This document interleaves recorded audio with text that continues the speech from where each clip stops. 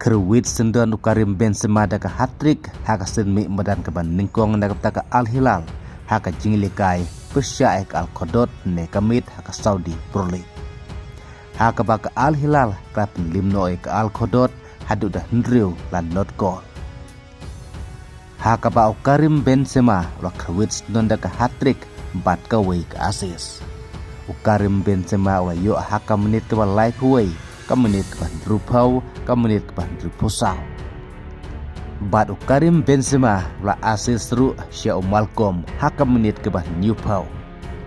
Nang ta Salem Al-Dawsari la yo haka menit ke nyupusau bat haka menit ke kendai pau plus lai.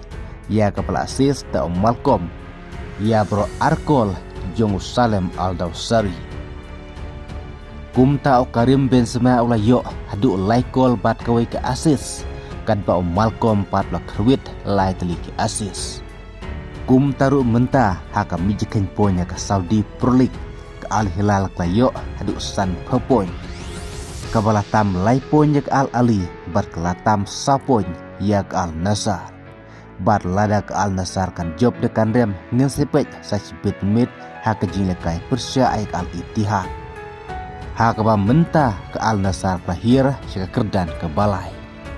Ladakan job sibit penmit kan kubi ngah kerdan ke baar. Ndreldakan rem sibit penmit kan ne ha kerdan ke balai. Kum taruh sisa ke jengwan penyeso jo Karim Benzema ke klub Al Hilal kan nang penklain susu ia kan ke klub.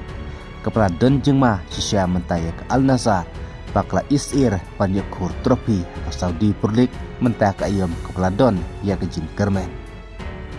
Batongan se pejru ha ke jin ka sibit mit ke Al Nassr Persya Al Ittihad lah to na kaling jong urnado unmi madan em ha ke jin lekai ha ka por khatwe biji sibit min mit kuplai sibun.